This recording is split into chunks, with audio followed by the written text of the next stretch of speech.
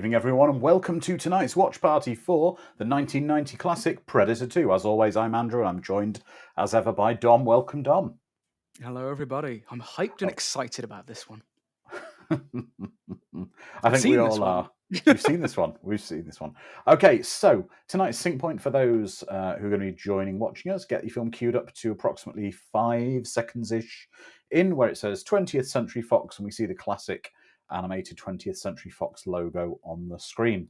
But while you're all getting ready and queued up for that, let's do a roll call. So over on YouTube, I can see we're joined by Immortal Rimus, Hannibal Grimm, Hell if I know, James Hellier, welcome, saying, "Good evening, all. Are we ready for some prime Gary Busey action?" Always, James, always. Ms. Swift's there, as is Jesse Flores and Alan S1. Great to have you with us. And over on Discord, we've got a lot of great friends joining us tonight. I can see we've got Alex Peacock, Mad Matt, Lizard Man, Fraglord, Calbot, Mr. Fursel, Green Raptor. Keep going down my list of people. A Jedi Wizard, Eric Brainwire, Sharon. Let's keep going. I think Phonic. I didn't say hello. Hello, Phonic. There we go. Okay. So, if everyone's queued up, let's get this film underway. So here we go.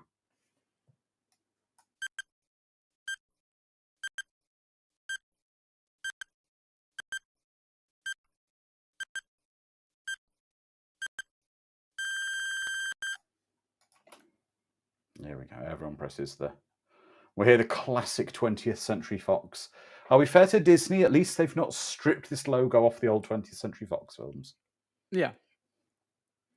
Haven't they changed it like 20th Century Pictures? Because I think they're still using it in... Well, the companies, the actual Fox movie production company has changed names several times now. There's also different divisions. There's been 21st Century Fox. I think it's 20th Century Pictures now or something it's called. All right, this intro is kind of annoying, actually. It's cheeky. Because it's panning over, like... Well, some jungle. Jungly-ish. But it's California forest. Yeah. In the heady future of 97. In the heady future of 1997. So, all right. When did you first see this, Dom? I saw this on TV when it came out. So, on satellite TV. You have your mystery figure who would appear with bootlegs in his trunk. Oh, yeah, I had my mate's brother who introduced me to things like MacGyver, Berserk, which I have a tattoo of. It became very important in my life. Predator was another thing he introduced me to. And I saw Predator 2 in my local video rental store all the time. Never saw Predator 1 there. I just kept seeing Predator 2. And I only had the inclination to watch it after I saw and loved and was terrified of the first Predator movie. So I watched it. And I hated it. I hated this movie when I first saw it because it was so... It's a very different film from Predator. Yeah, it's different. And as I've grown older, I've become somewhat of a Predator 2 apologist. Okay. I quite enjoy this movie for a variety of different reasons. Mainly, I try and look at films objectively outside of their respective franchises, because I'm sure a lot of the team that worked on the first movie didn't work on this one. It's a different production. It's a different film. Treat it as its own thing. And as its own thing in this post-apocalyptic, nihilistic future of LA in 1997, I really enjoy how cheesy it is. I mean, it's very much, in elements, it feels like... a different film? No, it feels in some ways like they couldn't get the people they wanted, and I'll explain why. And I know I'm wrong here, because this was something I was discussing before you. It feels to me very much like Danny Glover, in some ways, is miscast in this film. Because you don't see Danny Glover technically as a leading man action hero. Yes, he was in Lethal Weapon, but he wasn't the kind of the action star type one. He was one of the cops, but He was the straight man that yeah, grounded everyone. yeah, exactly. But apparently Danny Glover was the first choice, which is quite an interesting choice. I mean, this is almost like you're expecting like Stallone's Cobra to Yeah. to drive up in this scene as the badass take no crap cop, you know? Or RoboCop. Yeah, but equally, one of the female leads in the film is Maria Conchita Alonso, who was the uh, the sort of the love interest in The Running Man. Again, they Mm. couldn't get Arnie, so have one of Arnie's main co-stars from a similar action film. I do love the cops here with their futuristic guns, and one of them looks like he's about to. Was it Danny Boy? Looks like he's Yeah, about to splice into the Matrix, like in two scenes. that's right though, James.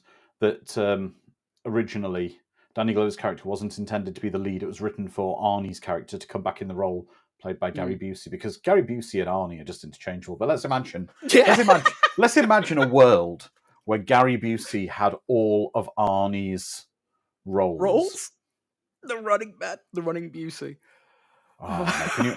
Can you imagine Commando With with Busey. Busey? Oh, that'd be phenomenal. But you are right, Lizard Man. It really gets going with the action from the get-go. James, I'm not criticizing Gary Busey. We love Gary Busey, but Gary Busey is just on another level in a cool way. Don't you dare criticize Busey. Absolutely not.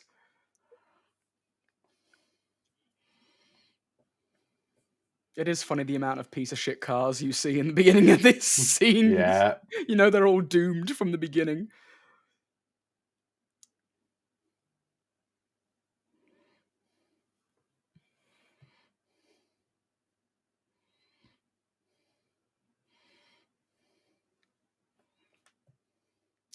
Predator Vision.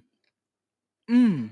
You just love to see it, don't you? It's such a recognizable. It's thermal imaging, isn't it? And it was It is. but you got to remember, thermal imaging got more and more kind of in the public consciousness around this Yeah. time. Let's have a quick look. When did that start? Sorry, my history is terrible today.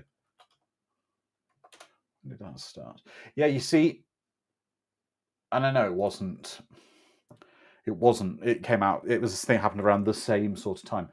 Thermal cameras and infrared camera vision was a thing that became quite present in the public consciousness, in the news around the time, like with the Gulf War, because they were having Yeah. footage of weapons, etc. Yes, so it would have been in other conflict and other footage before then that, and police choppers were starting to be equipped with thermal imaging cameras. So it was, it was a notable thing from the first Predator, but equally becoming more of a commonplace thing.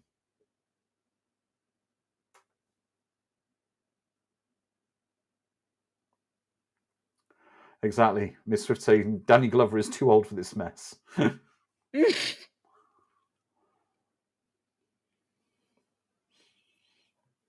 It really adds to the idea, though, of knowledge being very important to a warrior's arsenal. If you take the way predators see warriors, Danny's like a Yeah. what do you call it? Like a Western version of a kung fu master, wise beyond his Well, years, uses every tool in his arsenal. this is one thing someone said actually in the chat earlier. I forget who it was in Discord. I'd have to scroll back to have a look. But someone said what they find interesting about predators is the fact that predators, a lot of them, are attacking people being invisible to attack them rather than a straight combat situation. And they're supposed to be these noble. We see they're supposed to be these noble warriors. Is it a noble warrior to effectively snipe somebody? Absolutely not. Absolutely not. Maybe they see this as just pure sport hunting, and when they find something that's worthy of them, that's when they go toe to toe with them. But initially, it's just like these pathetic humans that are busy squabbling amongst each other. That's true, just have James. They fun aren't with it. predators. They're big game hunters. They're the same people who go Yeah. to Africa and you see pictures on Facebook of them shooting at lions and elephants and things. Welcome, Hannibal Grimm. And the guy who was playing the support kind of police officer there, he's always playing support kind of police officers and characters like that. What have I seen him in? Wait. He was Is he in was the Rambo? father. He was the father in Warlock 2. Oh, yeah.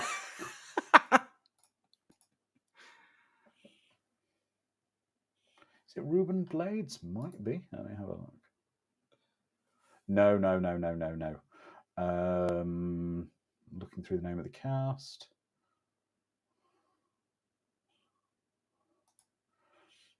Steve Kahn.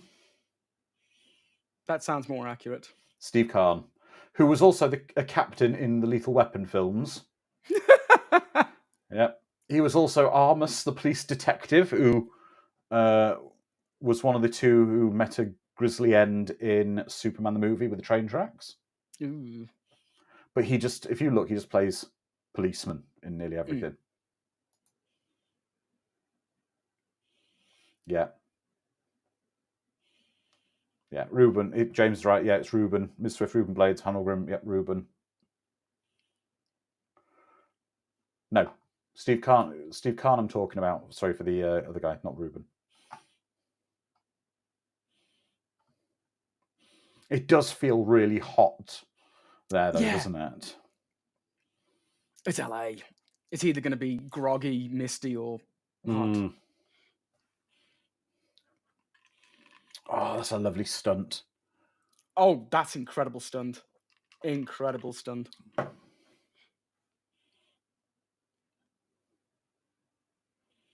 What are these pants?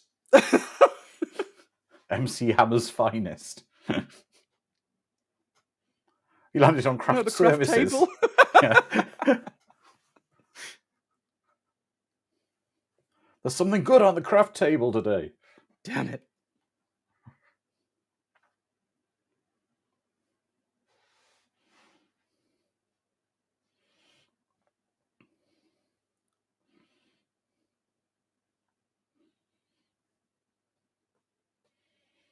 Alex Peacock saying that hot out and wool pants? Really? Yep. Style comes first, always. Exactly, Calbot. I didn't know hammer pants came in tweed. Yeah,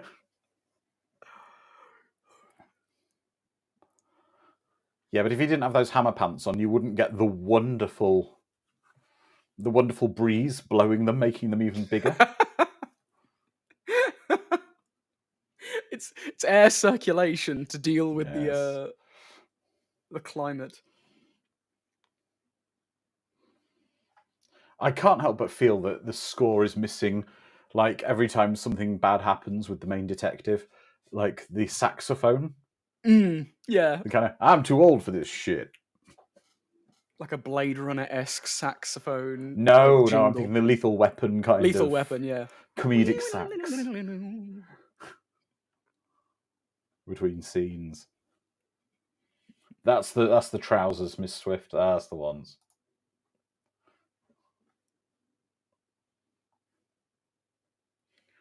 Does seem to be a lot of the guns here do seem to have a lot of accessories on them, on this police force. They don't seem to... It's the future. It's 1997, so everyone has to have a red dot sight on their gun. Yeah, it's the distant future of 97. 97. But it does make it really awkward when he's putting like his gun back in his shoulder holster that's the size of a God knows what Cannon, with that giant laser thing on it. Welcome, Edward the Black Prince. Green Raptor saying, I want those weapons.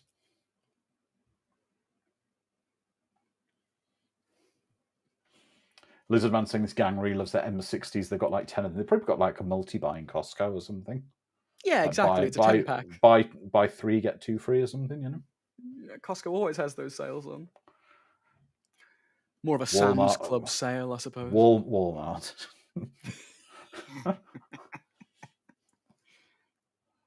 Oof.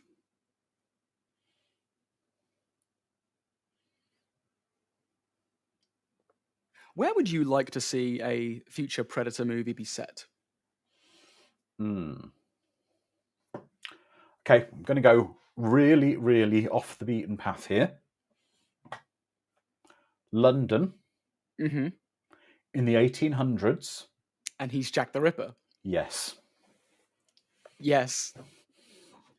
I was thinking like medieval England and fighting Mhm. knights and stuff. I think that'd be fun. Jack the Ripper Predator film would be... Because remember, Jack the Ripper was supposed to mutilate his victims. Yeah. Modern day Las Vegas, make it a buddy comedy movie with, Yeah. with the leprechaun. They just gamble and lose everything.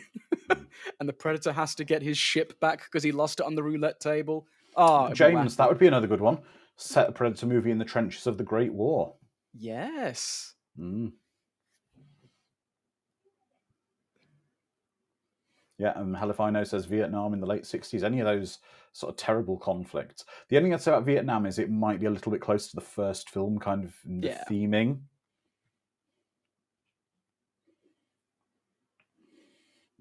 Alex, one of them gave him venereal disease. There we go. That's why. And that was the ultimate warrior move. Yeah.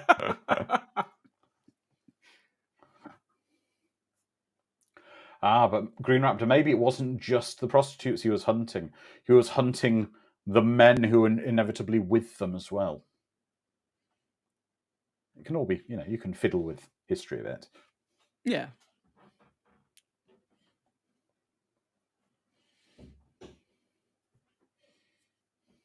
I'm sorry, the Silk Flower, that's definitely a brothel.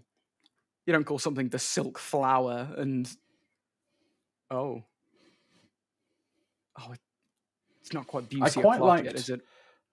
Which was the Predator film where the Predator was stealing, the Predators was kidnapping like various warriors to take them to another planet? Was that the Predators? Predators, yeah. I quite like the concept of that. Yeah, I wanted to like Predators a lot more than I did. Like, I did enjoy the film. I didn't leave feeling miserable, but it had such potential. It could have been so much better.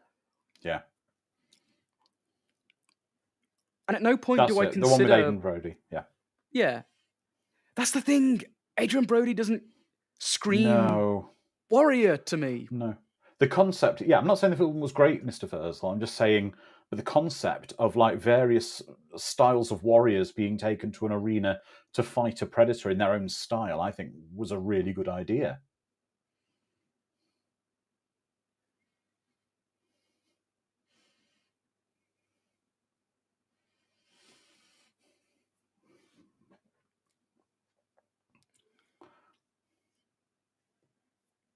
Horror Seeker, welcome. Yeah, I think this is an interesting sequel. It is, I think, with the modern rewatch, it's a significantly better film than when it came out. Yeah. Like I said, my initial reaction to it was negative because I went in, and this is the problem with all sequels, especially anything in a franchise. Sorry, just to say, how much does this feel like they just lifted this from RoboCop? Absolutely. Yeah. But yeah, with any franchise, there's a viewer expectation that you're going in to get the same situation, but better. Oh, and Bill Paxton just been awesome here. As always. Yeah. Even in a horrific mustard suit.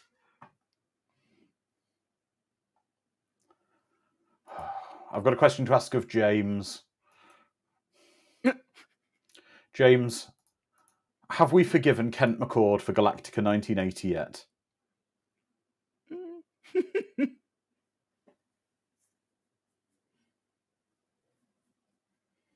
A set question to all of you. Have we forgiven Kent McCord yet? Maybe one day. Maybe one day. No. James says no. Green Raptor, I wasn't even aware there was a series of books about the Predator franchise. Edward, the police captain is Kent McCord, and he played Troy, I think, Lieutenant Troy, who was a grown-up version of Boxey in the appalling Galactica 1980. What is that Illuminati symbol on his tie? Is this something Gary, Busey Gary brought came from in his home? own clothes. Yeah.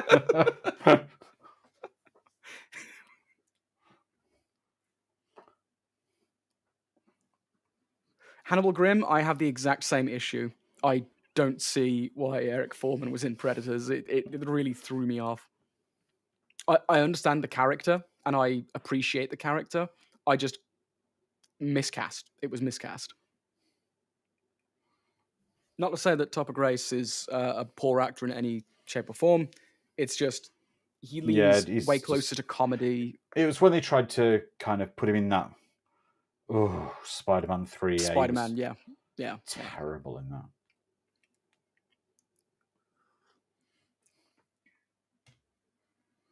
Tuck your shirt into your wool trousers, Danny.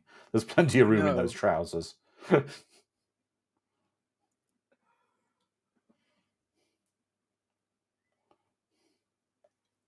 We're having this is so close to like a buddy cop movie with aliens. What happened to them? They were everywhere. There's The Hidden, there's Alien Nation, there's this. We need more. Alien Nation's actually on the slate to watch. It's a good, fun film. It's great. Buddy cop with aliens. It's great. Bring it back.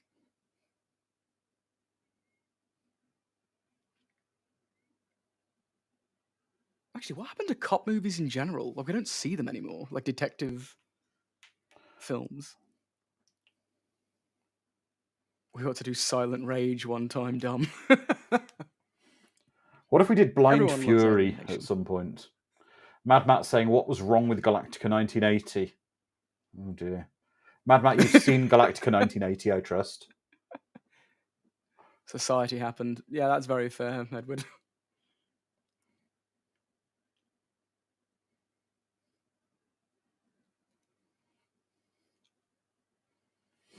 That's a really impractical way of using that computer by taping a picture of a loved one over a quarter of your screen.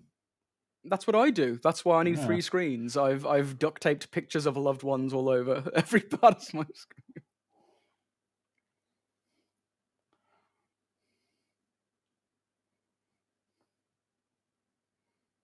Man, you are right. This, especially coming off of something aliens related, I can't unsee the amount of influence the character of Vasquez has. But I'd certainly agree that Calbot is saying this should have made this a Lethal Weapon crossover. This feels very much, you can feel the RoboCop and the Lethal Weapon influences on it. Yeah. Yeah, and she's trying too hard to be Vasquez. I think RoboCop versus a Predator would be pretty cool. That's a franchise that needs to cross over.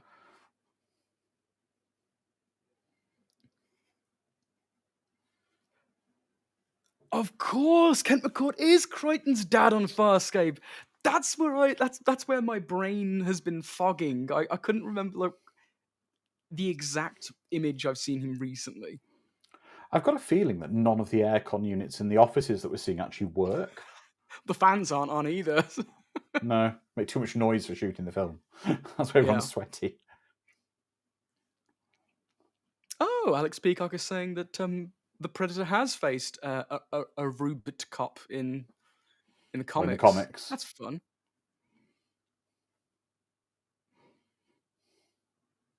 Oh my god!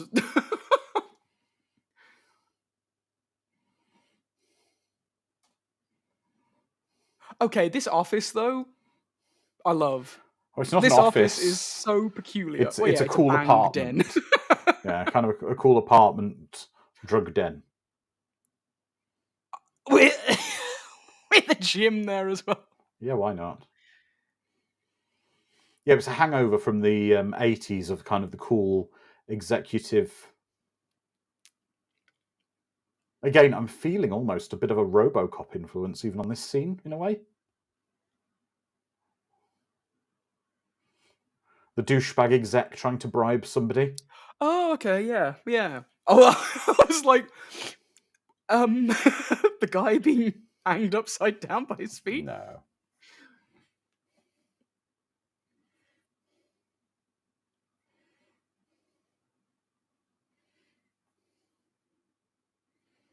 It's almost a shame that the Predator interacts in this movie, because this is an engaging concept of like a slightly futuristic gang warfare cop film.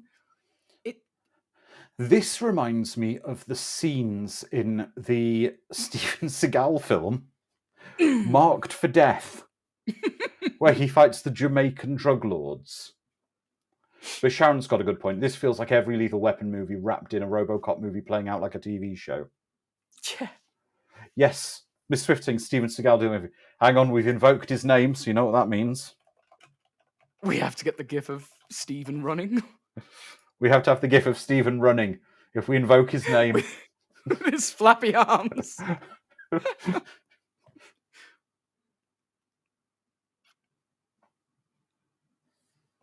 Oh. Yeah, Hannibal Grimm. The set belongs on a Hellraiser movie. It does.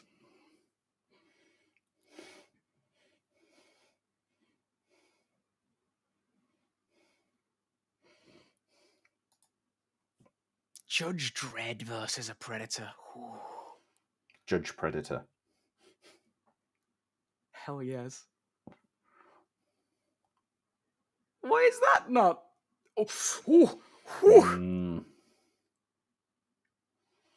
I do love seeing. No, James, it wouldn't. I don't think Under Siege 2 would qualify for In Search of Tomorrow.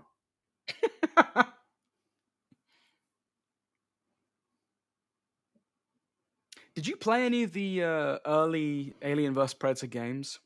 I didn't. No. I heard very good things about them. They were phenomenal. They were phenomenal. Like, getting to use the Predator's arsenal was beyond incredible. Yeah, exactly, Alex. This was directed by the director of Elm Street 5. So Hellraiser isn't far off. And if you've seen one of his later films, he made 2 films later. He made Blown Away with Tommy Lee Jones, which is a horror film in its own right.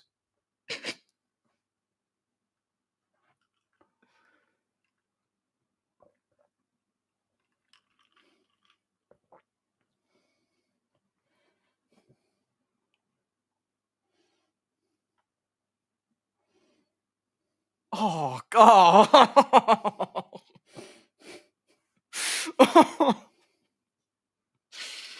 Oh, Bill, that was horrible.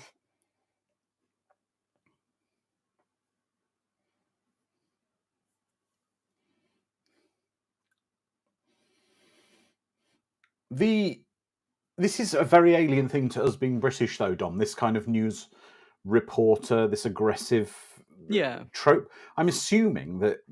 I mean, I've not particularly seen it in America when I've visited, but I've only visited in recent years. But I'm assuming it was a thing in the 80s and early 90s, this kind of aggressive news reporter hassling the police when things were happening, and kind of this pit of people fighting over it. Because it very much wasn't so much a British thing. Not at all. James, please inform our friends of Tommy Lee Jones' Irish accent in the film.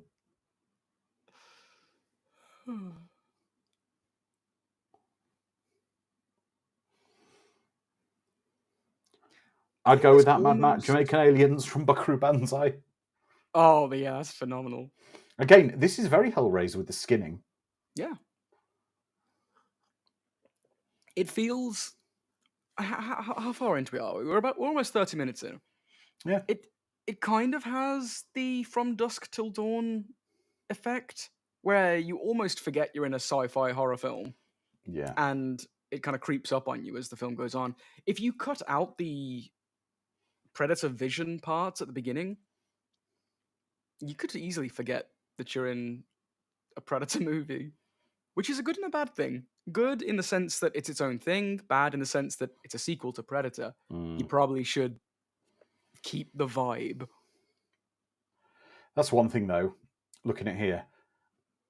It really looks like a cardboard picture outside the window. Yeah.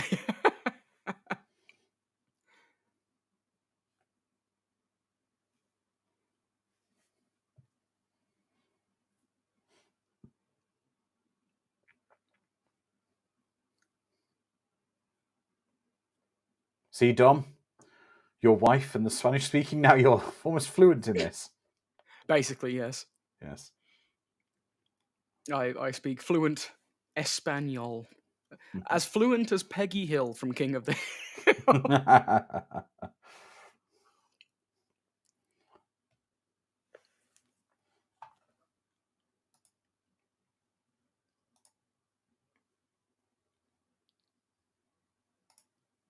It's an Alan Silvestri score to this film. I mean, Alan Silvestri is quite a big hitter nowadays. Even back then, he was, some quite big stuff.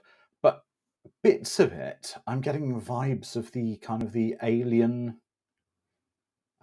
score. Bits of it Yeah. occasionally. But then again, the original Predator movie had a score that was similar to Aliens as well, like very Well, again, though, militaristic and he did the bombastic. score. He did the score for Predator as well. So Yeah.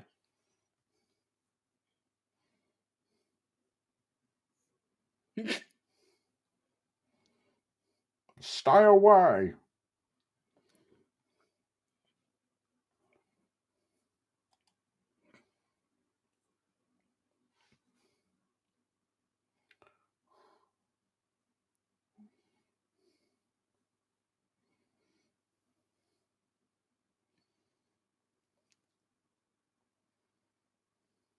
Gary Busey is simultaneously Oh, incredibly intimidating and not intimidating at all. It's incredible. and then we've got Adam Baldwin, not related to any of the Baldwins, but Yes. possibly the most intimidating Baldwin of all, Mm. because he's perpetually a cop, agent, army guy. Yeah.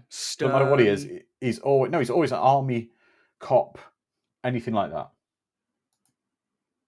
Could turn you to a pillar of salt.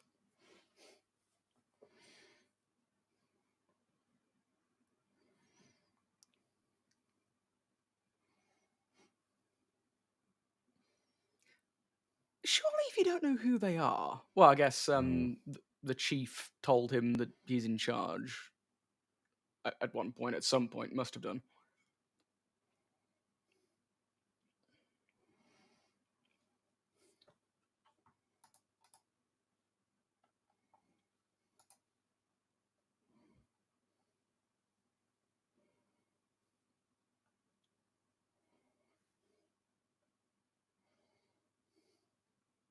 I don't think it was Oh, possible for. I thought Danny Glover was drinking a cocktail, then it would have been brilliant. What would his cocktail be? Like a Shirley Temple, like something really out of left field, or like Something a with an Campari? umbrella. I'd have loved to have seen him drinking something with an umbrella. Pina colada. Yes. Like a quirk for his character is he can only drink Apple cocktails. No, he can only drink cocktails and they have to be served in coconuts or pineapples.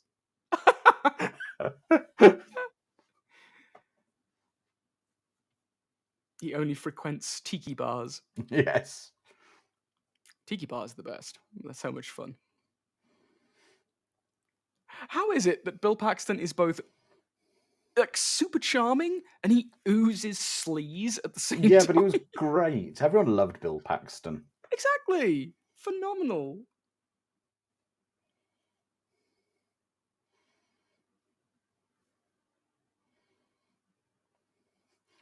Alex Peacock saying Danny Glover's character should only drink Kahlua-based beverages. Oh gosh. Whew.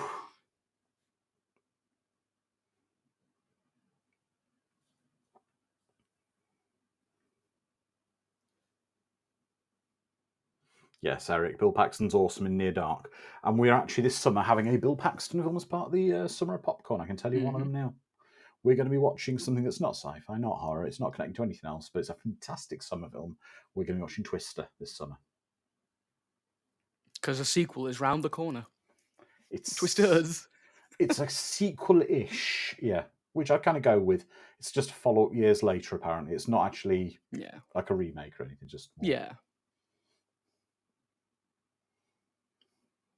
James Helly saying, Danny Glover should only drink Pepto-Bismol. Well, we had the Pepto-Bismol cocktail character. Oh, yeah, the Breakfast of Champions. In Cape Fear. Do you think they put enough tape up there? Tape? Yeah. They probably had some left over.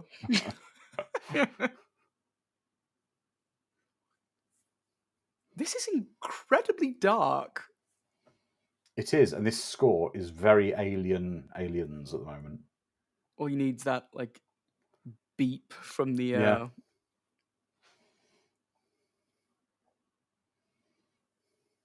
Okay, even though it does look like a cardboard cutout for a backdrop, I still like the look of it. It feels noir. I just wonder if maybe the lighting could have been a bit better. As in, it might have looked more realistic. I mean, who was the cinematographer? Peter Levy. Strange enough, he appears to be the director's kind of go-to cinematographers quite often. Now, he lit Nightmare on Elm Street 5. He also lit Blown Away. Oh God, he also worked on Cutthroat Island and Lost in Space. The film? Yes. It was lit well. Well, you know, this director went on to direct Lost in Space. Oh. So he worked with Gary Busey and Gary Oldman. He's collecting Garys like Pokemon. That's right. Stephen Hopkins.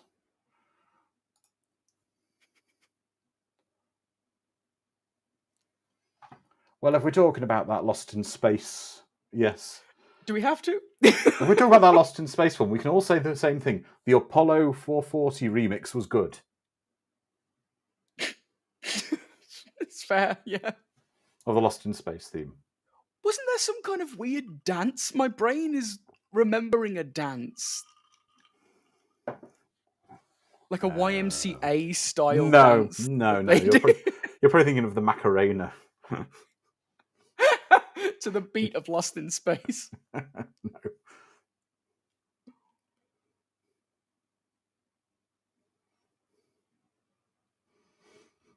My God, it's the Predator's gherkin fork. You'll be able to get any large gherkins out the jars. He uses it on his not parcheesi, was it? His charcuterie board. That's right.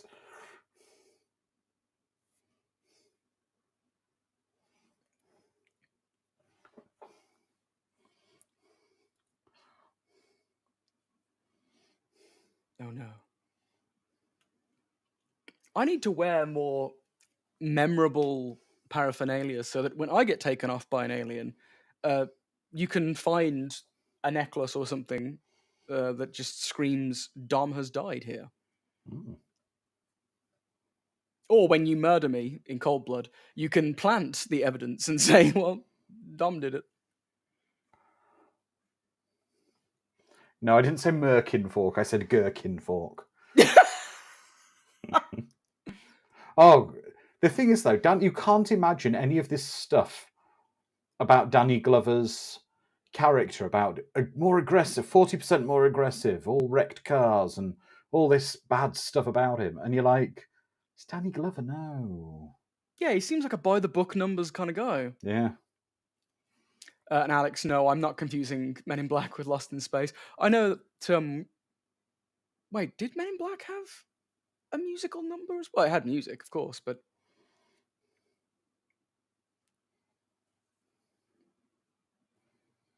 We should put Men in Black on the list. That's a good film.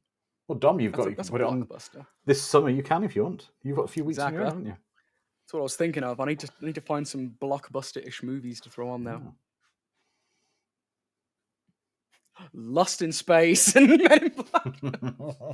I'm not putting Lost in Space on there. No.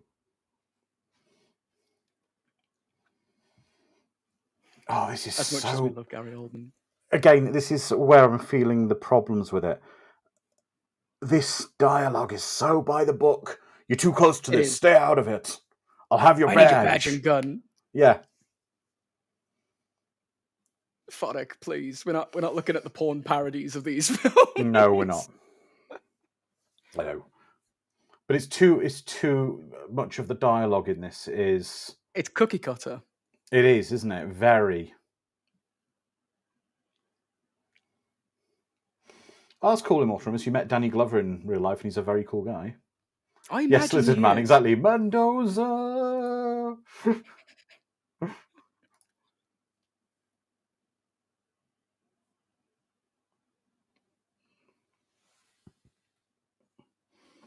You see, this is the kind of stuff where I mean, Danny's a good actor, but you don't believe it's the kind of stuff he would be coming up with. No.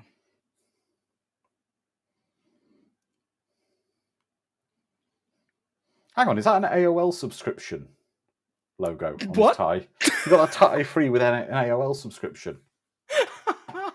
Here's me, Illuminati, and you're like, AOL subscription.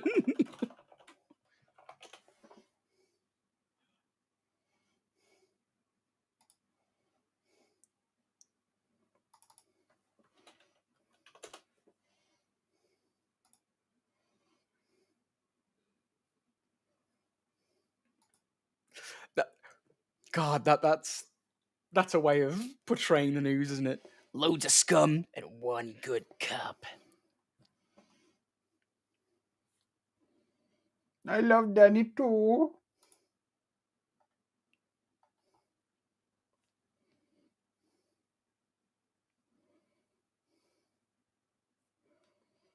I need a pina colada. Give me a drink and make sure it's got an umbrella. That's right. And a chunk of pineapple in it. And a cherry. It's like I quit the wrong week. I chose the wrong week to quit my pina coladas.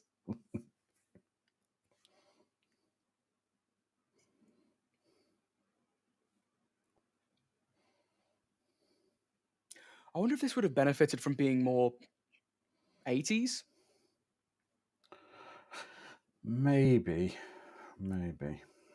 Because the 90s fashion, the pants that are like, dragged all the way up to the nipples, it's Well, Alex is saying unwarranted movie fantasy connections. Danny Glover's character for this went on to be the bad guy in Switchback.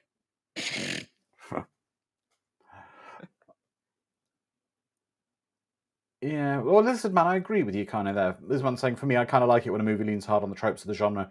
I find it fun to notice the threads that tie back to the long-held narrative, traditions, and gags. So when something like Predator 2 goes all in on police procedural tropes, I just grin. Same. That's where this movie does draw me in. It feels charming, and I guess with hindsight, it just feels better because you know that it was. It doesn't mistakenly do this stuff. It tries to go all in on the procedural cop drama situation, and it succeeds because that's what we're talking about. It feels like a cop movie that the Predator just invades, and that concept alone is fun to me. I do want to see like a Predator movie, but go on. Right. Result of your friend's death was he was basically cut in half. Yeah, that tends to kill people. Yes. I'm going to chalk it down to pneumonia. Yeah. I think he was cut in half, but I think it was the he did have Arby's. Panera he had bread. Arby's. Yeah. He had Arby's last night. So how did he die? It's tough to say. Could have been the Arby's. Could have been the cocaine. Could have been the Panera bread lemonade. Could have been being cut in half. Oh God, he had Taco Bell. Oh, well, that's it then.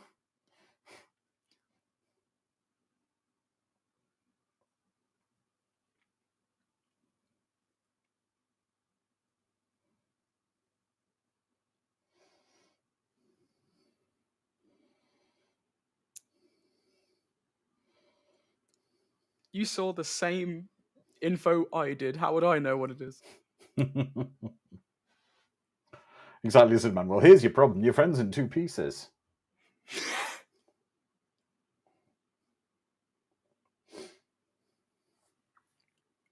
This is such a cyberpunk like style of a gang turning up.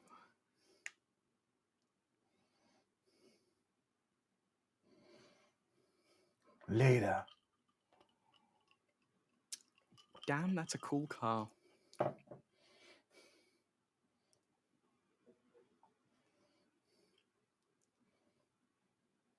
You are the worst cop that you can't remember the number plate when you're running behind the car. There's only 5 letters, 5 numbers. I guarantee that shot there of the Predator perched like a gargoyle over Gotham City / LA. This is kind of the That's thing what I'm greenlit the film. struggling with the Predator a bit in this. I know, okay, he's big game hunting, but that cop, like, I don't know, maybe it's just because he's a dickhead Predator in this one. It's not a more honourable Predator. He's one of them guys who's hunting he's hunting just the easier kills? Because none of these particularly seem to be people you'd be going after yet. Yeah, you'd like go to tournaments like Mortal Kombat and waiting for the greatest warrior to emerge. Immortal Rimus is saying that it would be great if the world of Cyberpunk 2077 was adapted into a film. If you aren't aware, William Gibson's seminal cyberpunk novel Neuromancer is getting adapted into a TV show for Apple, I believe. I'm kind of excited about that. It's a fairly standard heist story, but it more or less solidified what cyberpunk is.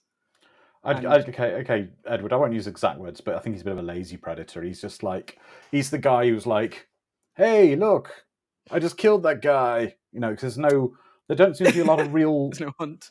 There's no challenge to him.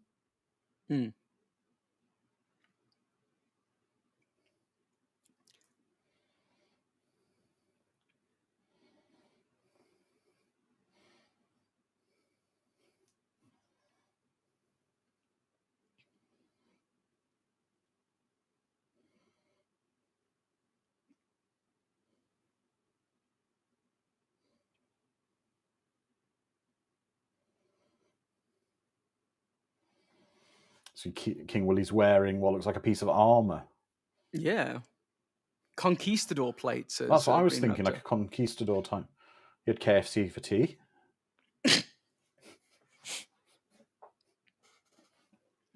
See, he had KFC for tea. There's no stopping what can't be stopped. He'll be in the bathroom all night.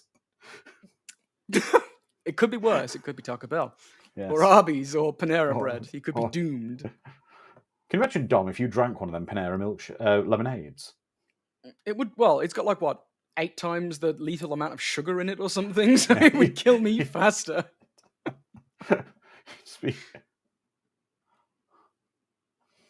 My pancreas explodes before my heart. You'd literally be having to mainline insulin like a litre at a time, wouldn't you, to try to compensate it?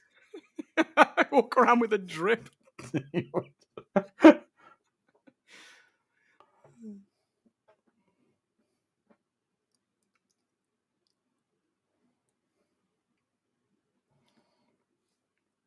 Everyone's so sweaty in the film, aren't they? It's LA. It's a sweaty place.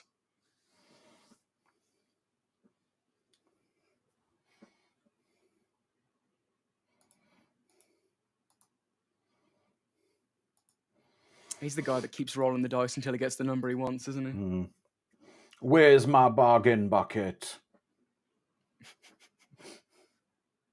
Actually, I think there's space Jamaicans in Neuromancer. Oh, okay, which is interesting. So many connections to Jamaica recently. Nobody's as sweaty, says James Elliott, as Billy Zane was in Dead Calm. No, that's true. He was glistening. Oh, he was perpetually moist, wasn't he?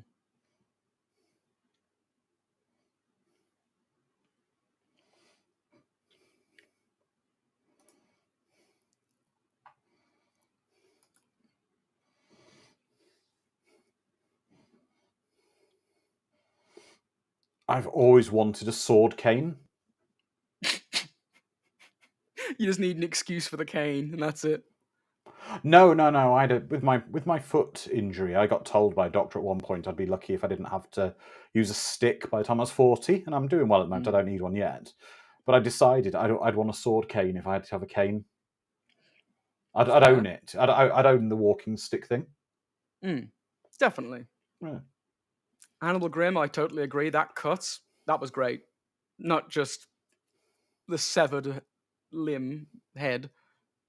Head doesn't count as a limb. It's more the central nervous system of the the body. He's having some. Oh, I know what he is. He's a crafter, isn't he? He's one of them people who goes to Hobby Lobby. This predator. He's got a crafting room in his ship. Goes to the Home Depot and picks up a few 2x4s. Yeah.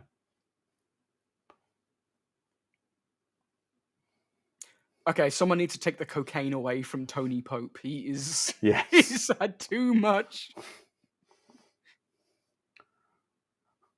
Do you know that? Do you ever get the feeling that he got Gary Busey's role, or Gary Busey was supposed to be doing that role?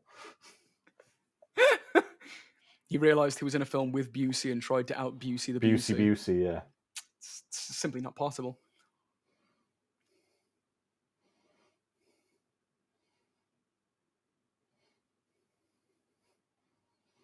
Why is there literally an empty vial on the Bunsen burner? God knows. I remember in school we got told don't put empty vials on the Bunsen burners because they will crack.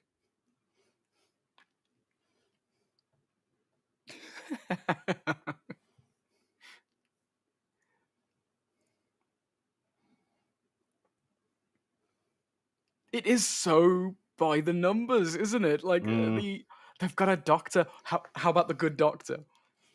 Well, the doctor's obviously going to die soon. Just as she makes a discovery. A discovery.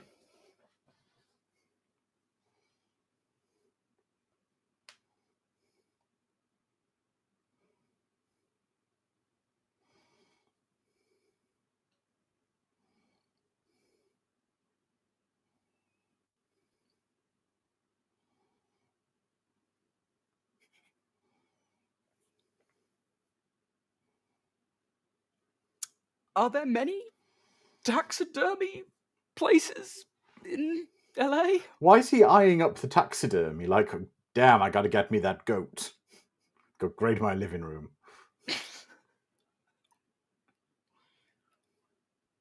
I know why it's there. It's obviously yes, showing trophies of a kill. But it just feels really out of place. It does. Oh. God, American cars were terrible back then, weren't they?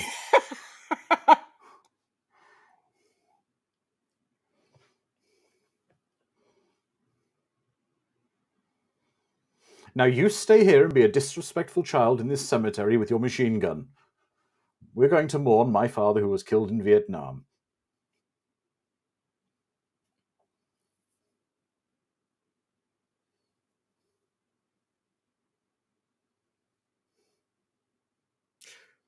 Come on, this is when you befriend the predator and it's a different film altogether. Now it's I'd love that. I'd love it if now it's Mac and me, but Predator. I would love it. I would love it if he had befriended the predator. Yeah.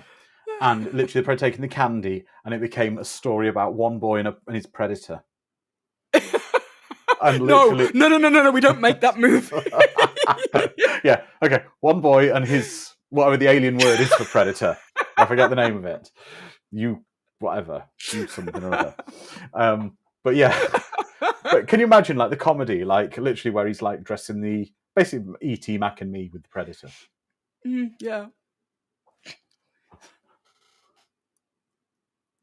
Exactly. Maybe they share a Coca-Cola, have a dance number at McDonald's. And then at the end, the predator has to go with his people. And he's like going, you've got to go to your people and be safe. And the predator's crying. I don't. Just starts cackling. Be brilliant. Yeah, I don't think that's the title, Edward. We'll go with A Boy and His Predator. Yeah, definitely not. Definitely not. Oh. Oh, we had to shut that title down immediately. It went wrong, didn't it? Oh. I would have loved it if he turns and has his gun looking at different people in the cemetery. It's like a homeless guy just there, like, what did I do? Alex is saying, would the movie turn dark and feature vivisection? Yeah, because what would happen is like the school bullies, the predator. Oh yeah, yeah, the school bullies would be there, and the predator, you'd find them all like upside down with all their skin and skulls removed. But it's wacky. It's like Yeah. Predator. Oh, not again. Yeah. Bad Predator. You can't have your Diet Cherry Coke anymore. Product placement really obnoxious. What would the candy of choice be? Werther's Originals? Yeah, something like that. Oh gosh. Okay, what's your favorite futuristic punk on the bus scene? Is it from Star Trek? Like, what's your favorite? Star Trek. It's probably Star Trek 4. Yeah.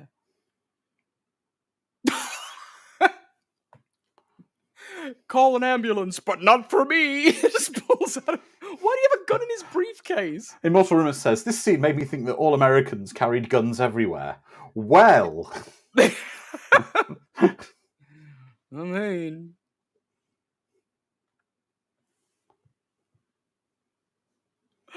oh god, Rush Hour Rambo.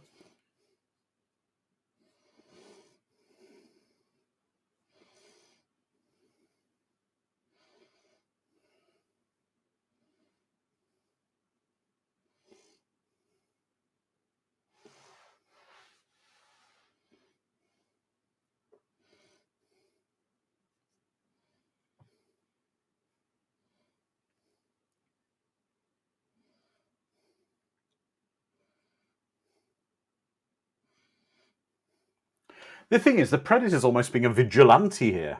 Yeah.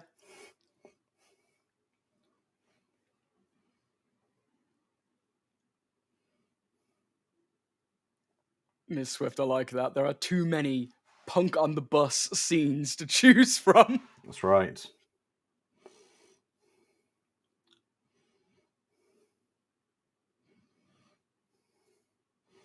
Get him out, go, go. In the train moving.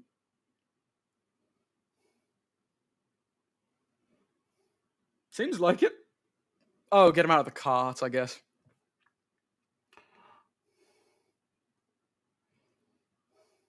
Ooh, a Western Predator. Yeah, this is an interestingly shot scene with kind of the strobe effect.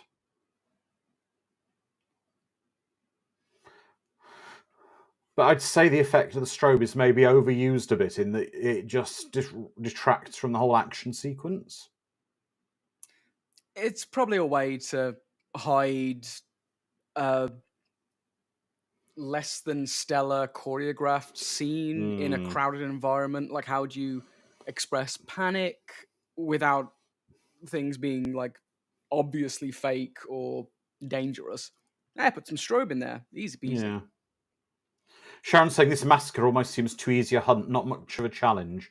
No, and I think that's the problem. As we said earlier, we think this Predator's just a bit of a dickhead, to be honest. He's just he's the lazy guy. He's just like, yeah, I'm just going to kill anyone really who.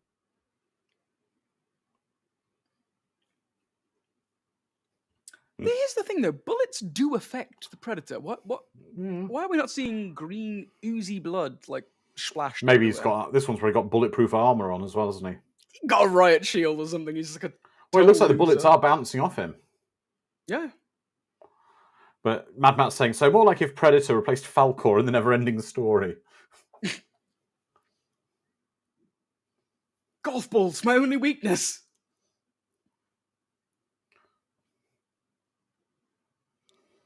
Not sure, hell if I know what that was that Bill threw at the Predator.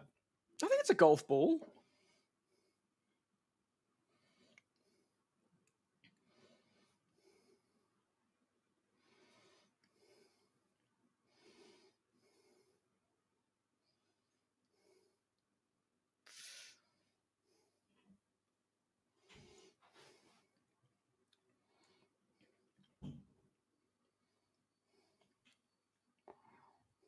Damn. The driver looks very calm.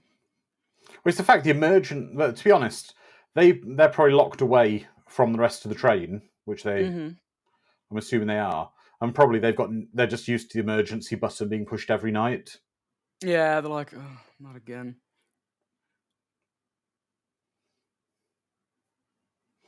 That's right, Immortal Bill Paxton's the only guy to be killed by a Terminator, an Alien, and a Predator. Yep.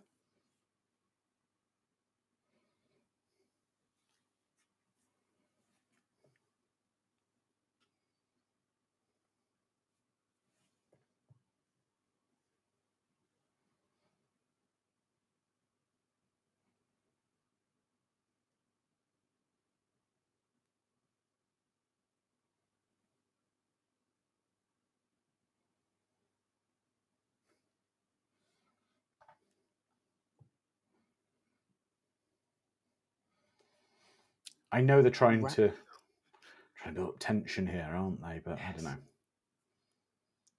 Edward the Black Prince. I was thinking Blade showing up is just around the corner as well because of the strobing. I was picturing that opening scene. Calbot's saying, "Is this where the volcano erupts?" Yeah, it's a golf ball. It's a golf ball. He is a hobbyist, isn't he? This Predator's like a hobby guy. Got to do my crafts while everyone was at the train. Lovely. Let's just stitch everybody up.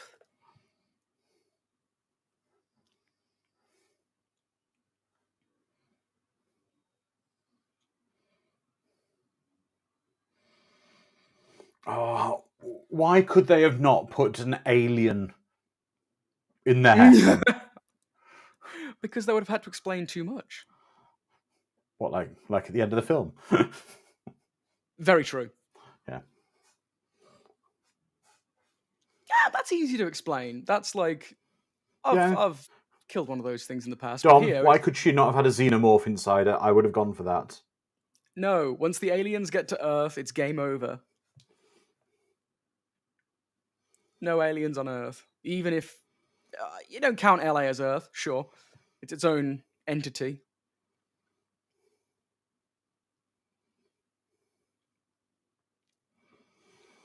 I dare say, with a normal stethoscope, I don't think you would have picked up fetal sounds that early along. No. No.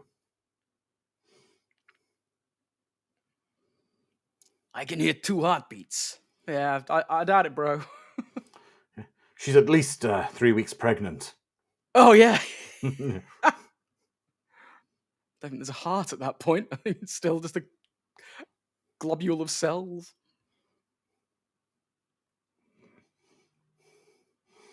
This is the work of Count Boltar. Oh, not again. I thought we killed him 500 years ago.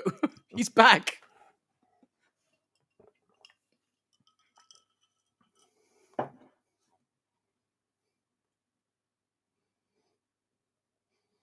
Oh, someone finally has a mobile phone. Wow, a very big, old-fashioned one. I was going to say, is it really mobile if it requires like 3 people to move it? My father had a car phone, a cell phone like that got turned into a car phone because you buy a conversion kit. My father's first cell phone was one of the ones with a big brick that attached to it that you carried around with you.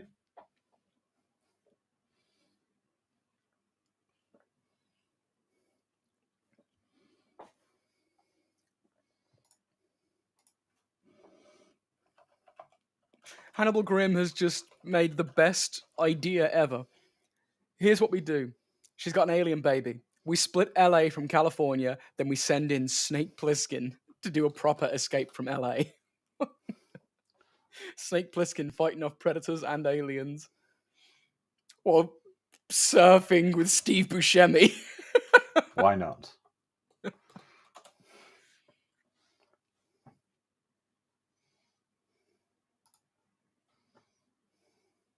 Was that just a homeless person?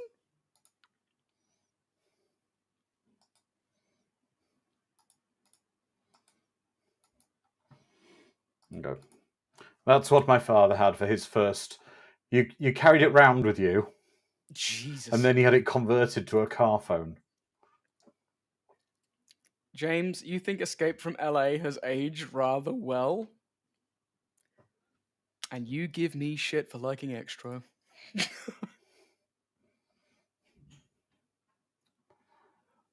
Oh my god. Dude. Yes! Get him! Just punch him in the face. He's after Pete Fonda.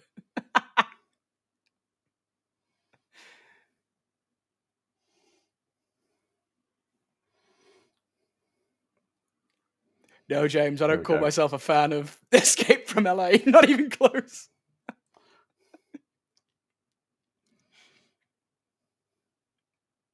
Oh no, Danny, why are you driving like an old lady? Oh no, you're looking up at the roof. Okay.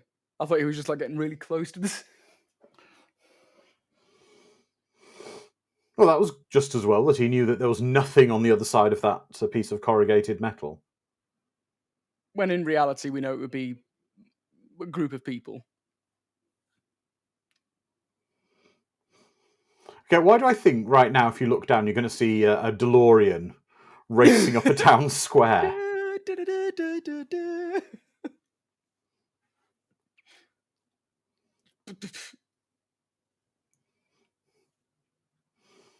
Danny Glover's like, I brought my truck from home.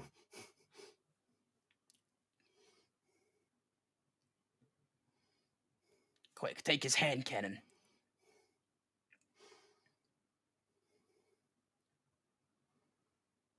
Into the Busey-mobile. Hannibal Grimm's saying, the Predator was stranded in this sequel. I'd love it if the Predator got stuck on Earth and had to, like, integrate into society while he waited for... There's a sitcom about that.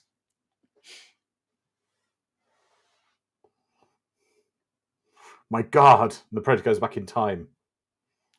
I think the problem is, because it's Alan Silvestri again doing the scores Back to the Future, I think he uses similar motifs for thunder and lightning music. Yeah.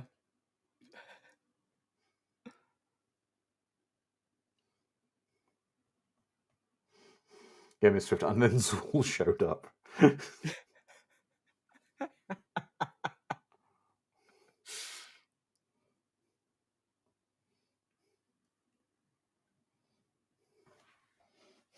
Your guys crashed into him.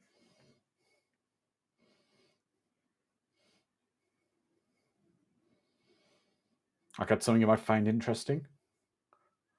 It's his photo album just from home, from holiday. There you go.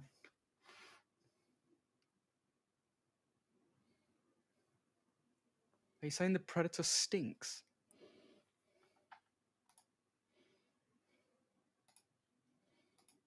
Why the moon suit, Gary? Yeah, good point, Alex. Good point. Yes, Hannibal, home. why is Gary dressed like a baked potato?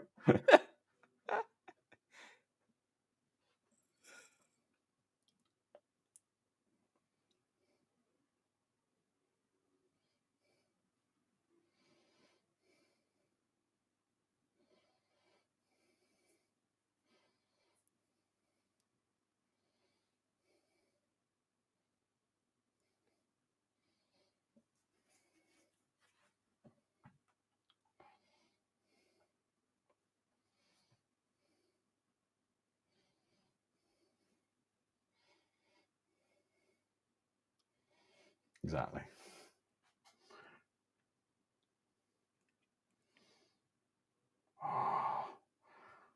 Oh, we've invoked his name again, but I do like that film. Not for Steven Seagal, but I've got to post the GIF now.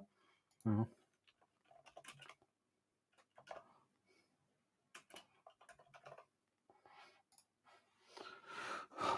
I don't know. I'd love to do Under Siege at some point because it's such a because Busey is magnificent in it. Yeah. Begrudgingly, I agree. Yes, Mad Matt, the Predator and Perfect Strangers.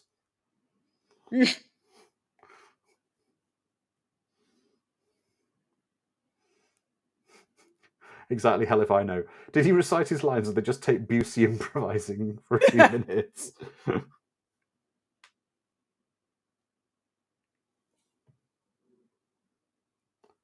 This is Busey actually just describing what he's had on his trailer on set done. Yeah.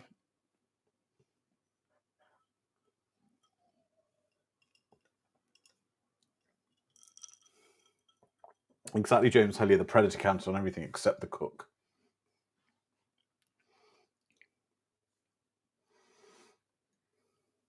That was a very science fiction sound. It was like, my God, we've got this really cool science fiction sound for the door. We've got to use it. We spent $3,000 getting this sound effect. We have to use it on something. I would love it if every door opened with that sound, like car doors. Look,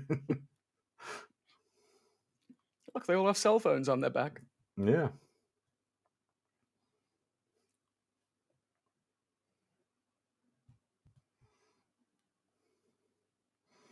Again, aliens influence here. Oh, yeah. Very aliens. With the blue lights. The only thing I would say that probably wouldn't be a good idea is back then they wouldn't be LED lights. They'd be halogen. Yeah. Very that hot. place would light up. Oh, yeah, it would burn as well. It'd be hot.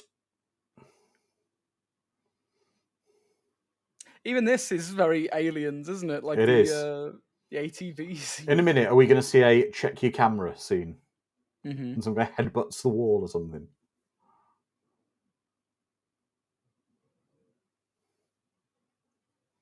Do you reckon that's why the Alien franchise and the Predator franchise are so integrated now? Because of things like this, when they're just kind of copying each other?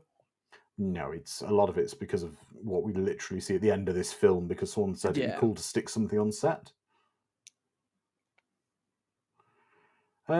James is saying, wouldn't they heat up in theory in the tinfoil suits? They would, unless there was cooling in the suits, yes.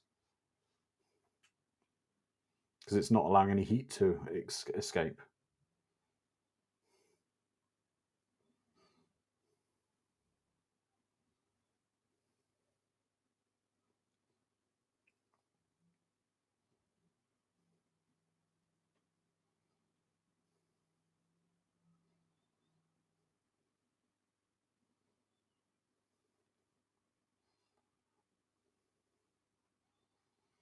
Kind of cool, but again, very, very kind of aliens feel to this, isn't there?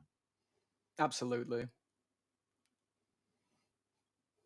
Even down to the little schematic diagram of the dots moving around. Mm-hmm. All it's missing is the sound effect. Yeah. Why is the Predator running around like he's playing tag? I was going to say, it's like Home Alone. He should place like tin cans that fall and hit them in the head. Hot Wheels on the floor. Superheat a doorknob or something.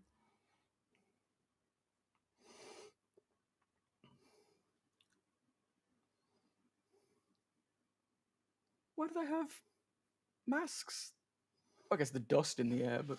No, it's to keep the heat of their breath away. Oh, yeah, they're staying insulated so that the infrared vision doesn't spot them.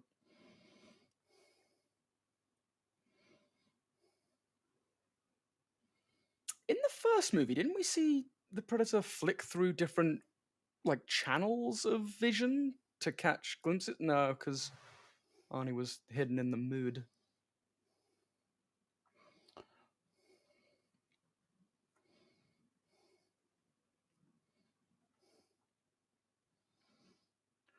James, their helmets might not steam up though, because if you look, they've got like a diving thing over their mask and mouth, so I guess all the moisture from their mouths is being caught in that apparatus that's catching their breath and their breathing.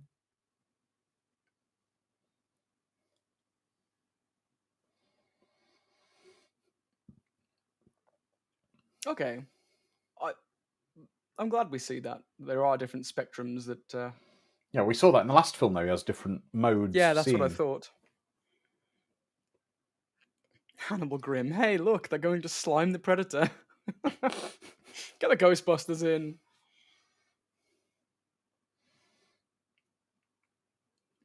Aliens. Sorry. This is the Gorman scene, yeah.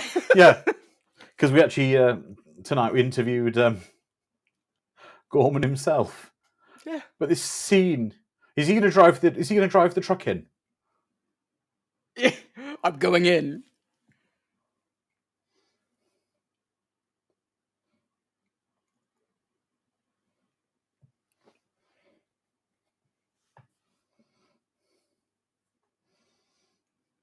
James, I've already seen it. Saw it yesterday.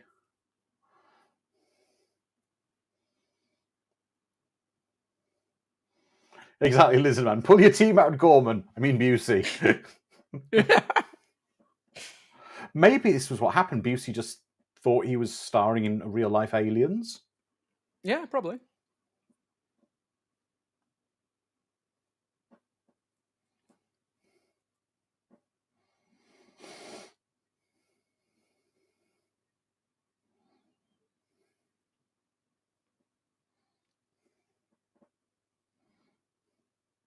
My God.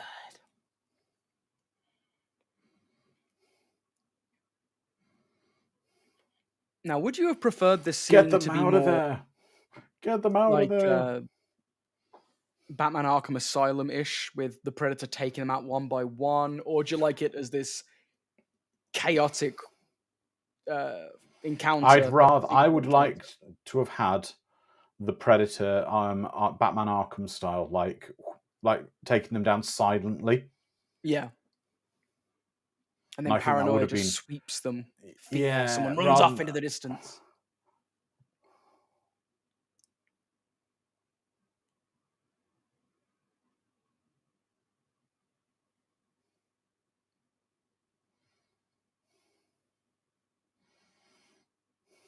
See, this is when the Blade Night Club scene starts. Yeah.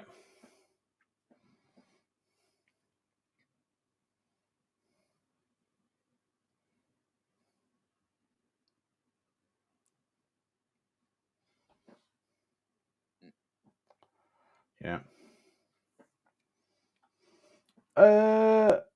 James, I would say it was fine. It's not the greatest in the franchise. However, it was fine. I didn't hate it. It could have been better, but I didn't hate it. It was perfectly fine. It was not offensive.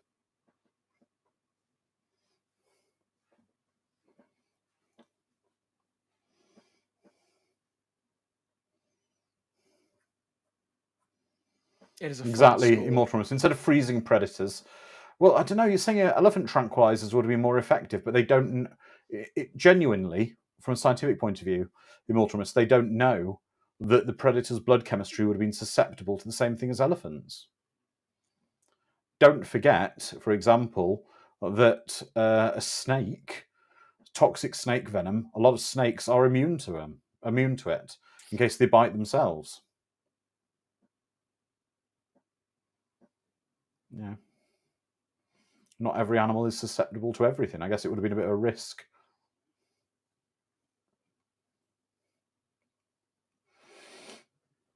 Equally, it could be that an elephant tranquilizer is super toxic to predators. They don't necessarily want to kill it; they want to capture it. Branston pickles, the only thing that predators Yes. are not immune to.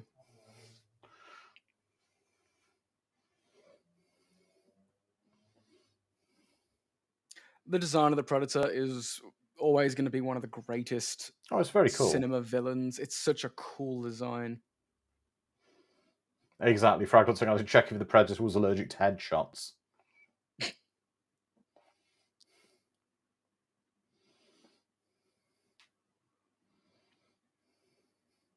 Well, Green Raptor, just because you make something in the modern era or the vast future doesn't mean it's waterproof. I'm not going to use Cybertrucks. Mind you, this film is set in LA, which is in California, and I don't believe is all that far from Anaheim. The Predator could have started hunting people in Disneyland. During the parade. Is like Donald's head explode kind of thing? It was a fun day at Disneyland that day. Yeah. Oof. Picking kids off in It's a Small World, it would have been brilliant. You want a piece of candy?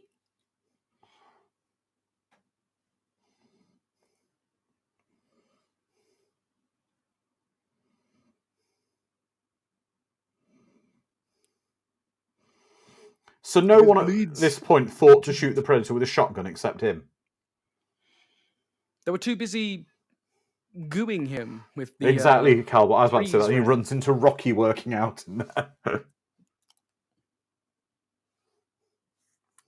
Yes, I am, James. I'm proposing Predator versus Beverly Hills Cop 3.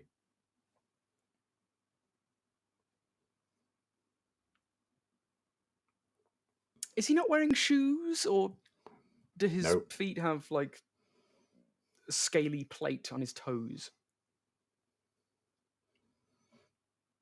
Right.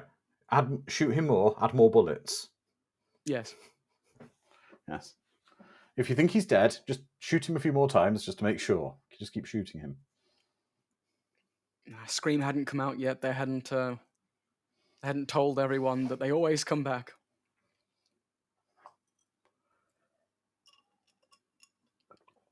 The nudist, says Green Raptor. Nana, only this one. That's why he was banished and sent to LA to Well, hunt. actually, thinking about it, since basically this is a vacation for predators, what about his family at home? Like, they're going to be suing the tour company. He's gone on holiday to Earth on a hunting holiday. Dad hasn't come back.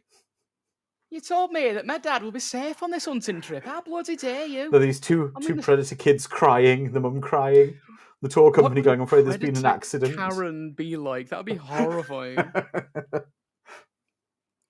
Did he take out travel insurance?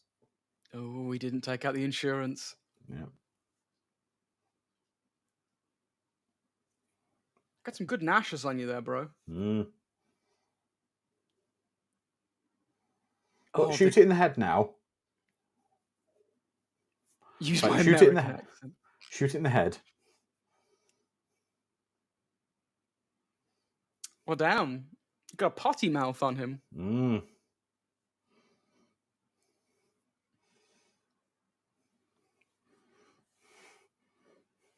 Exactly, Sharon. Bring in the Expendables. So far, the whole city of LA is go. I think to be fair, a lot of us watching this could have taken out the Predator. If we had a gun and basically when it was on the floor, I would have just gone, it's got no mask on. I'm going to shoot it in the head. Bang. Yeah.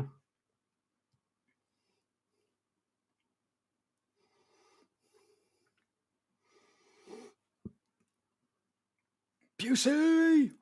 Yes, Immortal Rimus. Yeah. Danny Busey actually thought he was fighting a real alien, and they had to restrain him. That's where all the elephant tranquilizer went, taking down Busey. Yeah. Busey's gone out of control. Take him down.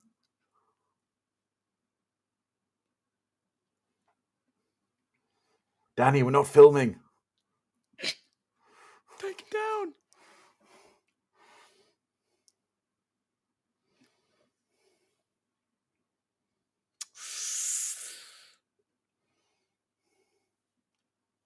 Exactly, Miss Swift. Busey's character is half the man he used to be.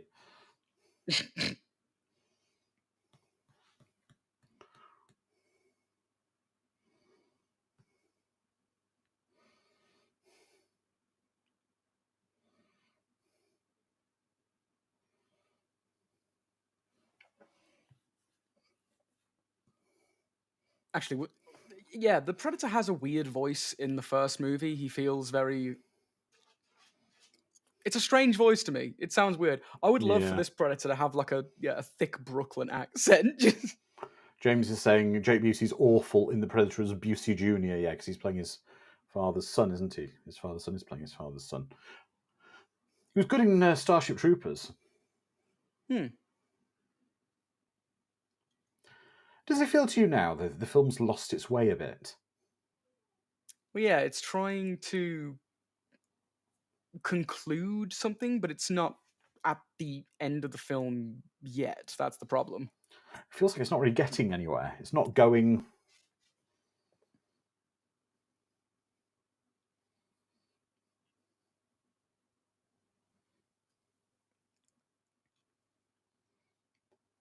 I think the problem is in the original Predator film, we had the whole thing with Arnie learning about the Predator and basically having a little montage of getting ready, home aloning himself up to fight the Predator.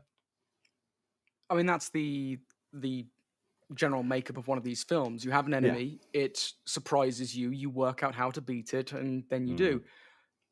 But The also, problem it with was that, almost like it was also the whole in the Predator. It became literally proper one-on-one combat. At the moment, it Mhm. still doesn't. I don't know. I'm just not feeling like it is. True. And it probably is to, not re-inform the audience of how to beat the Predator, because Arnie did that. We know how it's done. You don't want to give the same information again. It doesn't distance itself enough from the first movie, and it doesn't adhere to the standard rules of Yeah. this kind of encounter. Exactly, James. Predator has a simple men on a mission narrative. It goes awry Yeah. and they get killed one by one. With this,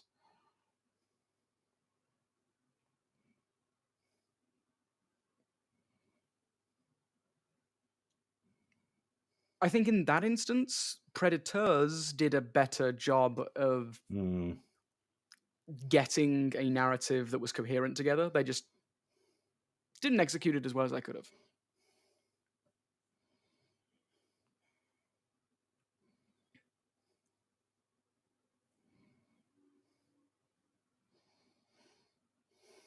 He's quickly texting his wife, and I'm not going to be back home for supper. but now what we're seeing is this is a call back to the first film where he's, but the problem is you don't know unless you've seen the first film. This really does assume you've seen the first film. It does, yeah.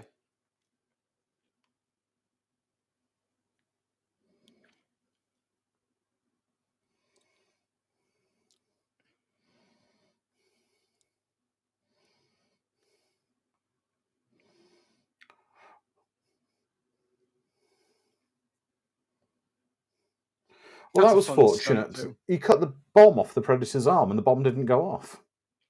True.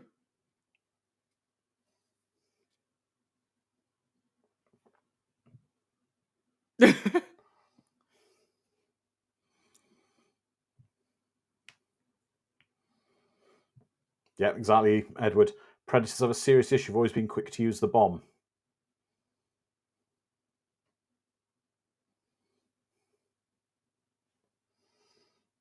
I always found this bit a bit weird that he makes himself some medicine to heal his arm a bit by Getting some crumbling drywall up and some drywall in a bowl with some goo and rubbing it on the Mhm. stump. That's how I fix all of my injuries. Yeah. Is that why you're not getting the deposit back on your apartment when you leave? Exactly, yeah. Drywall Holes of destroyed. yeah.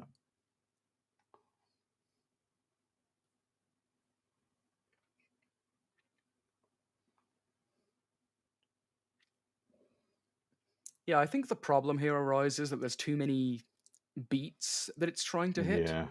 and it loses its rhythm. That's the worst holster. Well, it's because the gun was too big for the holster because they had a damn Yeah. sight on it.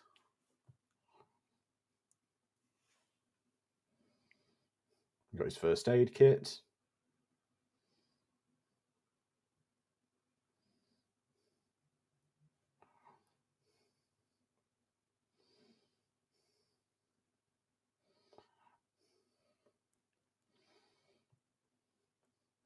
So I'm going to wave some light on it now, and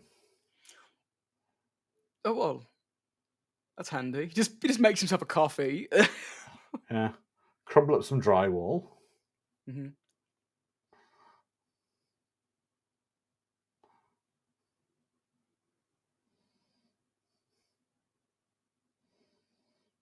Some ecto cooler, blue flavor. Yeah, that's right. Watch the fire go off. Mm.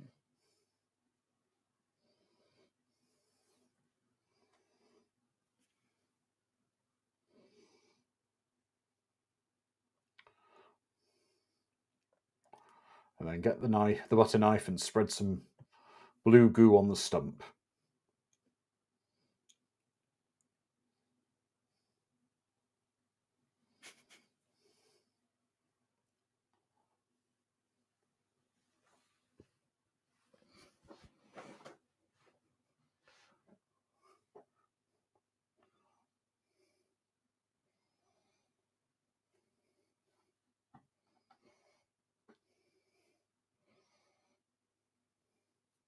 Poor grammar.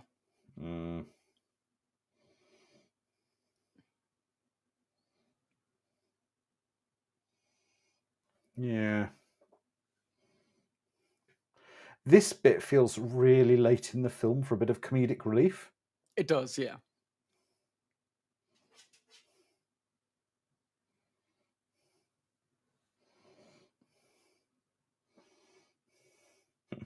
Multiple Rumour says, sounds like me on the toilet after food poisoning. Again, this is actually the the Arby's that he had earlier. the Arby's, yeah. He had the double chicken bacon and Swiss. Yeah.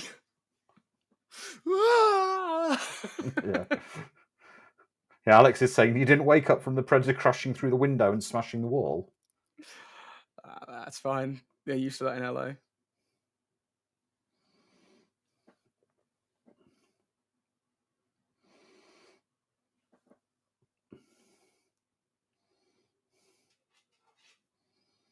The broom. That'll do it. Also, where's Herb? You called for Herb, but... Oh.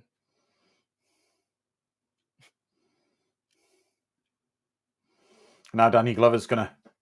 Get arrested. Blue goo. Ah, delicious.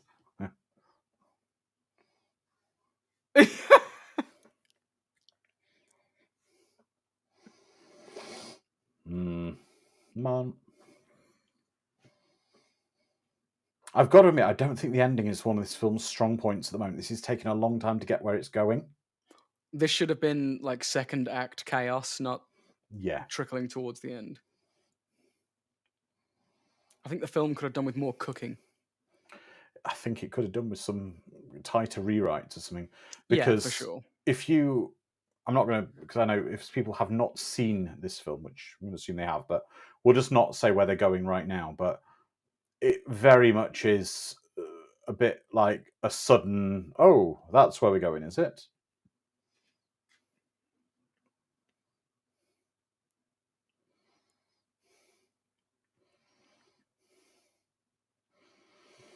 Hang on, he wanted to go down the lift shaft.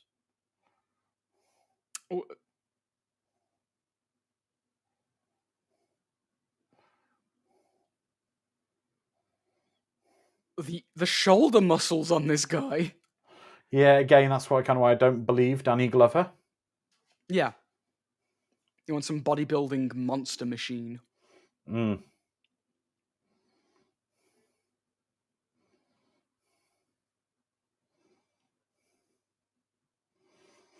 Yeah, I think I agree, James. It probably suffered from the rewrites to replace Dutch Keys as the lead character with a cop, yeah.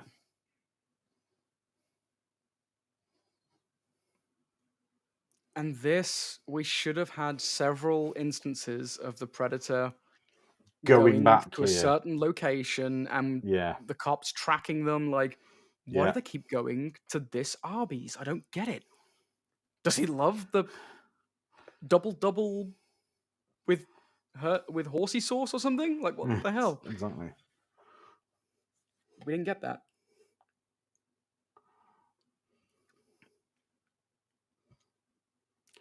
And I'll be honest, this doesn't quite look alien enough.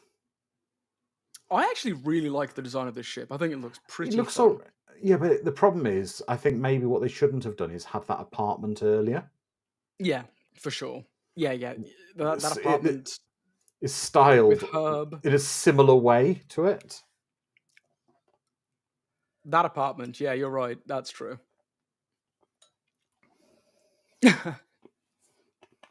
Not at all, Alex. I don't know Arby's secret recipe.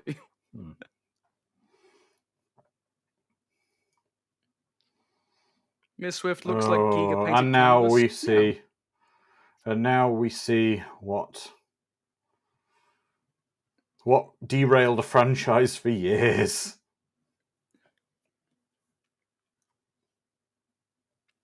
No idea what that thing is, but got ourselves a Xeno there. No. Do you know what I would have liked it to have been? If that skull is someone he knows, I would have liked that person to have had a gold tooth or something and him recognised it and be angry at that. Yeah, for sure. That would have been far better. My God, it's Higgins. His dentistry was always terrible.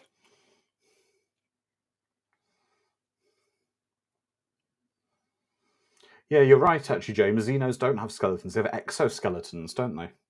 Hmm. Effectively, they're hollow inside, well, they're like insects, aren't they? Because they're armor on the outside.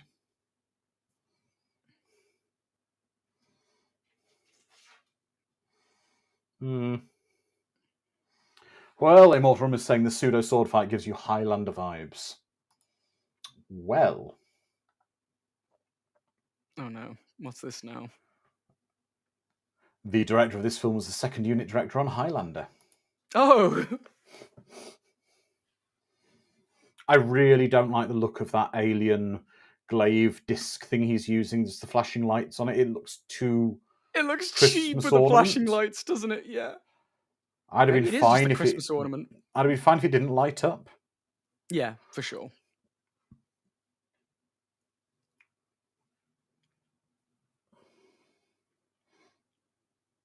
Oh. Eric has said, uniquely, the xenomorph possesses both an insect-like exoskeleton and a mammalian endoskeleton, the former of which has been dubbed the mesmoskeleton following studies by Weyland-Yutani scientists. Thank you, Eric. There we go.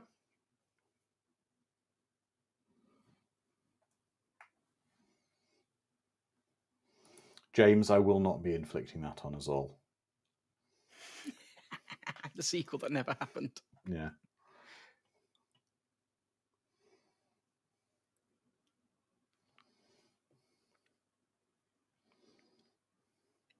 I want to play a video game in this setting because it looks cool. I like this ship. I like the fact that it's got fog all over the floor for some reason. Yeah, but the fog over the floor is also a cheapening effect because it means they don't have to worry about the bottom of the sets or what the floor is. Yeah, it definitely makes it look cheaper. But that's it. Okay, it feels like a B movie from the 80s to me. I think that's why it charms me because I recognize these tricks, and I'm like the Leonardo DiCaprio meme of, oh, I see.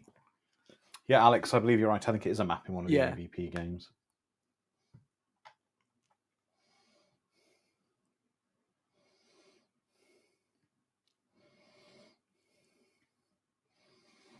This is one of the better scenes in the film. Yeah, it is. Even if it doesn't show the predators interacting with the smoke as they appear. Yeah.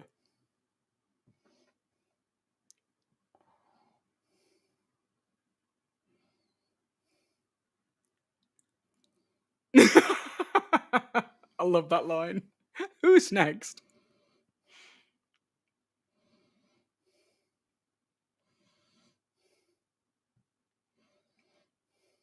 If he had like a moment of just putting him up, like Captain America, I could do this all day.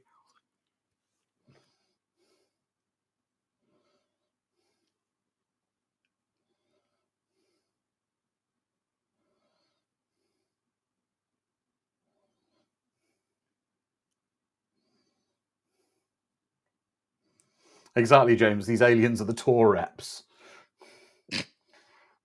How are we gonna tell the wife? Yeah, I've got to tell his family.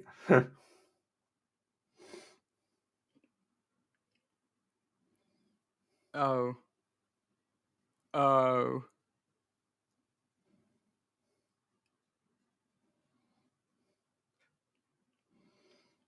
I was told this has somewhat of a connection to the movie Prey, and I think that there is the Yeah. connection, which upsets me because I wanted the connection to be Danny going back in time and saying he's too old for this shit. That would have been nice. That'd have been great. Is Danny going to get a roll under the door? Is he going to grab his flintlock pistol?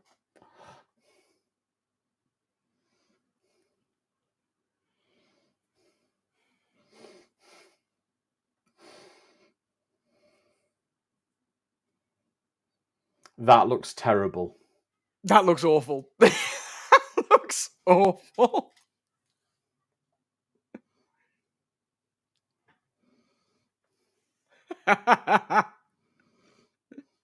Well, it's nice of the ship to give a courtesy little fart to blast him out the way before the rockets went off.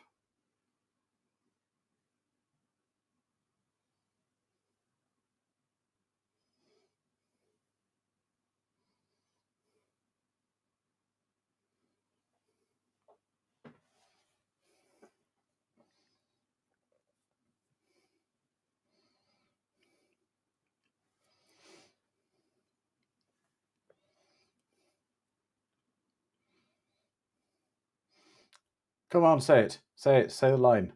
I'm getting too old for this shit. Say the line, Danny. Yeah.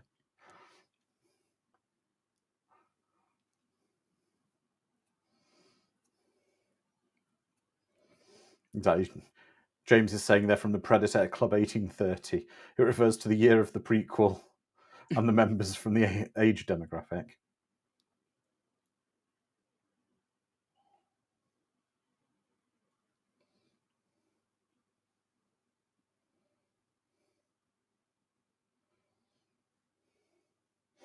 That's right, Sharon. It would be funny if they just panned out of this and the rest of LA was like a smoking crater of hell as well. For different reasons. For different apocalyptic reasons. There's Demolition Man going on over the road. You've got the Running Man happening as well. Earth Girls are easy just over the ridge. Exactly.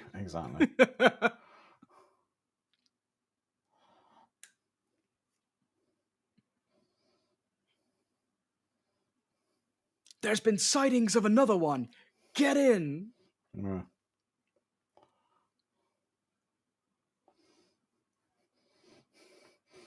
Harrigan, you gotta come back with me. It's your kids. It's your kids. They do something bad in the future. Where we're going, we don't need helicopters or predators.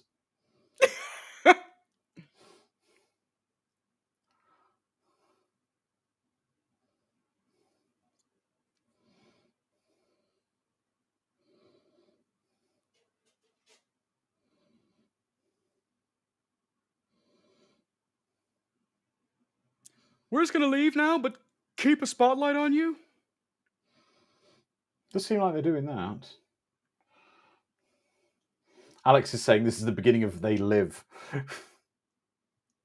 Right. Again, two ridges over, they're just storming a homeless camp. There we go, everyone. That was Predator 2. Let's take your comments. Dom. I enjoy the film. I think it's goofy and it's a B movie. I fully admit that it is infinitely inferior to the original. Of course, it's going to be. But looking at it from its own perspective, it's a fun. It feels like a what if story. Like, what if a predator just kind of gate crashed a buddy cop movie? And exactly. I like it for that reason. I think it's fun. Well, let's look at some of the comments. We've got Miss Phil saying fun action flick regardless. Yeah. And Sharon saying, so what happened to the baby? She was taken to the hospital, then nothing. Phonic, not without its flaws, but a fun one. Love the brutality and the music. Calbot, fun, cheesy, I like it. Lizardman, fun movie. Enjoy watching, even though it's not as good as the first. At least it's trying to do something different. Sharon, it was fun watching. All the comments were a joy. I think, yes, I think the highlight probably was the film title, A Boy and His Predator, which we won't get over for a while. Yeah.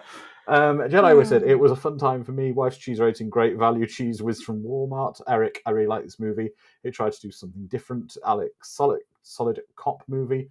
Alien feels tacked on. Green Raptor is campy, but in the best way. Fraglord, it's fun and different, but the first is miles better. Love the voodoo mob boss. And then over on YouTube, we can see comments saying Immortal Rumus. I always like Predator 2. Could have been better, but it's not terrible. But as its most hardcore haters think it is a fun film overall. I agree. James Hellier, it's a fun sequel that shows Predator is a franchise without legs. Without Busey, it would have little to recommend it. Okay. Ms. Swift was disappointed when I first saw it, but now I accept it as its own thing. Hell if I know. Better sequel than any other attempt so far. Hannibal Grimm. I love the film for what it is, but I've preferred if they went with the novelizations version. I need to track that down. Ms. Swift also full of ideas stolen from other movies. Yeah, it was a lot of fun. It was fun. I had a great time watching it with you guys. Lizard Man saying next Sunday is my birthday. Just letting you all know in advance. Okay, well, Lizard Man, on Easter Sunday it'll be your birthday. Anyway, next weekend. So Sunday. For those of you in America, the time gap goes back to what the normal time difference we were on before, whatever that was, because the UK moves their clocks forward 1 hour on Sunday, in the morning of Sunday.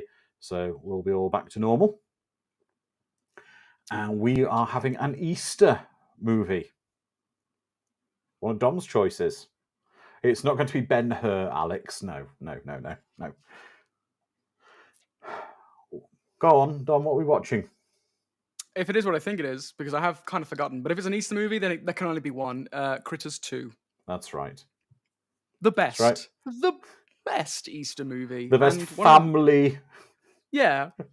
One of my favourite sequels of all time. It's a fun movie. Critters 2. Yeah. So we will be back in 7 days watching Critters 2. It's a great film. It's going to be fun. It's going to be a blast. We're going to have a great time watching it. So we're going to have a great time. Anyway, for the next 7 days, please be kind to each other. Stay safe. Have a great week. Look after each other. And we will see you in 7 days' time. So until then, good night. Bye-bye.